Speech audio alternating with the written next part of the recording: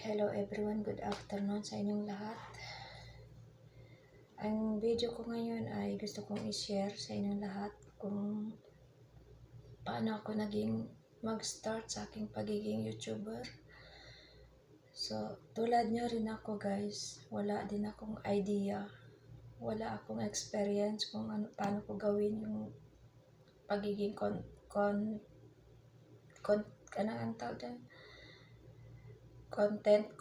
creator.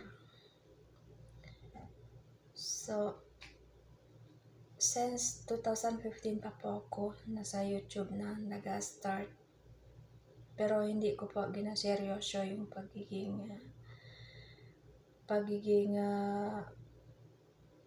YouTuber ko kasi may trabaho ako, wala po akong time.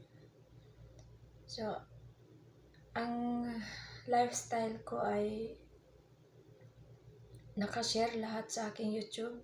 Lahat ng upload ko is based sa aking experience since 2015. So, ang mga hobbies ko ay hardworking woman ako. Hobbies ko yung fitness, singing, at saka dancing. Kung napapansin nyo po yung lahat ng mga post ko ay nandoon po yung mga moment ng aking ginagawa sa aking lifestyle. So, 2015, nag-work abroad po ako. Nag-travel ako ng Saudi Arabia. Nag-travel ako ng Dubai. At nag-travel po ako ng Qatar to find my job as a home service. So, dami po akong experience guys. Lahat ng mga based in my true life experience na sa aking YouTube na ina-upload. So, gusto ko lang i-share yung aking life story sa iba. Hindi ko ginagamit yung platform ng YouTube para kumikita, para maka-income. Kundi gusto ko lang i-share sa aking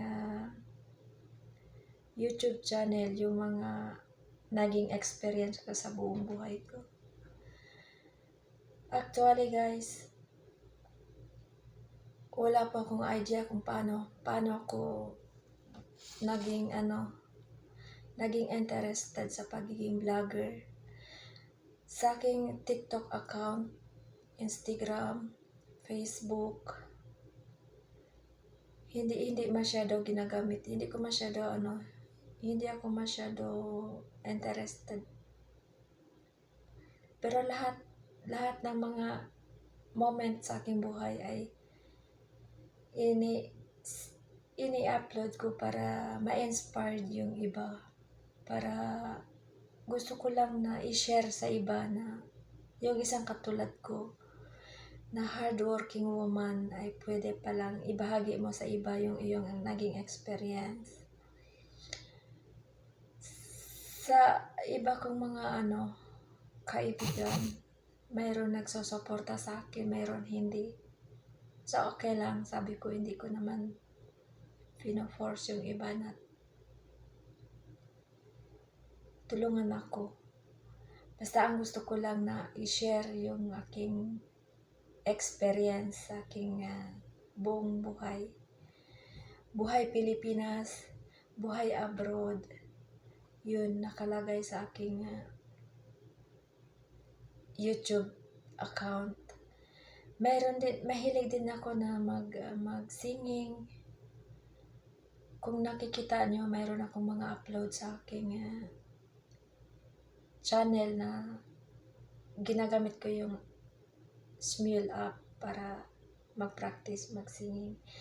So, since 2015 to 2021, nag-cut off ako mag-upload, nag-stop ako kung paano ako sa pag-YouTube kasi hindi ako makafocus kasi nasa trabaho nga ako. And then binalikan ko yung pag-YouTube ko noong 2024. Nasa Qatar ako noon. So, binalikan ko yung aking pagbablog, pag-upload, hanggang sa umuwi po ako ng Pilipinas. So, nandoon yung iba kong mga friends na nag-back up sa akin hanggang sa umaattend ako sa mga concert, umaattend ako sa mga audition para mag-take video para i-upload ko sa aking account. So, yun guys, gusto kong magpasalamat sa lahat ng sumusuporta sa akin, sa mga nag-share, nag-subscribe. Maraming salamat sa inyo guys. Hindi ko man mapangako na magpatuloy ako, pero gusto kong i-share sa inyo kung ano yung mga naging experience ko sa buhay. At nais kong magpapasalamat sa mga taga-suporta, taga-subscriber, taga-share, na maraming salamat sa inyo guys. At sana mayroon ako na inspire na iba sa aking mga upload. At sana nabigyan ko kayo ng saya, no? Kasi hindi lahat ng tao na sa hirap ng ginagawa at sa hirap ng sitwasyon, hindi lahat ng tao ay naging masaya sa buhay. So, bakit ginagawa ko yung aking pag-upload? Para i-share sa iba na hindi porket mahirap ka lang ay pwede mo nang ihinto yung ikot ng mundo mo.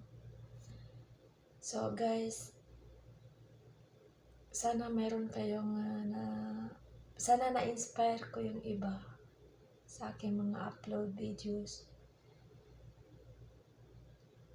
na mabigyan kayo ng kunting aral, or kumbaga nagpupursige sa buhay kahit mahirap. So, maraming salamat sa inyo guys, sa inyong suporta.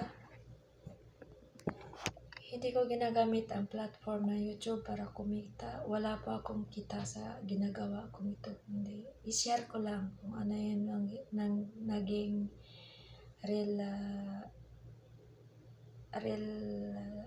life ko sa aking buhay abroad, buhay Pilipinas, buhay single mother.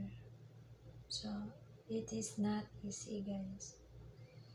So, kung napapansin nyo po ang lahat ng mga post ko, may mga motivation, may mga kung ano yung naging experience ko through life story, nakalagay sa aking YouTube account.